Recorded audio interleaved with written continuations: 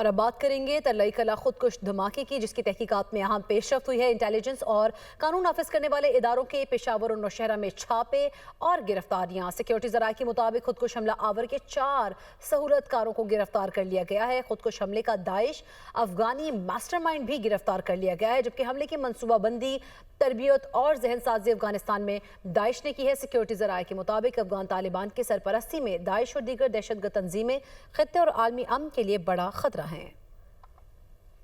ترلئی کلاں خودکش دہشت گردی کی تحقیقات میں اہم پیش رفت۔ انٹیلیجنس اور قانون نافذ کرنے والے اداروں کے پشاور اور نوشہرہ میں چھاپے۔ خودکش حملہ آور کے 4 سہولت کار داعش افغانی ماسٹر مائنڈ بھی گرفتار۔ سیکیورٹی ذرائع کا کہنا ہے کہ آپریشنز ٹیکنیکل اور ہیومن انٹیلیجنس کے نتیجے میں کیے گئے۔ حملے کی منصوبہ بندی، تربیت اور ذہن سازی افغانستان میں داعش نے کی۔ افغان طالبان کی سرپرستی میں داعش اور دیگر دہشت گرد تنظیمیں خطے اور عالمی امن کے لیے بڑا خطرہ ہے۔ آپریشن کے دوران وطن کا ایک بیٹا شہید اور 3 زخمی ہو گئے۔ دہشت گردوں کے خلاف مزید انٹیلیجنس بیسڈ آپریشن جاری ہیں۔ سیکیورٹی ذرائع کے مطابق حملہ آور کو گیٹ پر روکا گیا تو اس نے پہلے فائرنگ کی اور پھر خود کو اڑا لیا۔ حملے میں 4 کلو بارودی مواد استعمال کیا گیا۔ بال بیرنگ کی تعداد بہت زیادہ تھی۔ پمز میں زیر علاج ایک اور زخمی محمد عباس میدی دم توڑ گیا، جس کے بعد خودکش دھماکے میں شہداء کی تعداد 33 ہو گئی۔ ترجمان پمز کا کہنا ہے کہ پمز اسپتال میں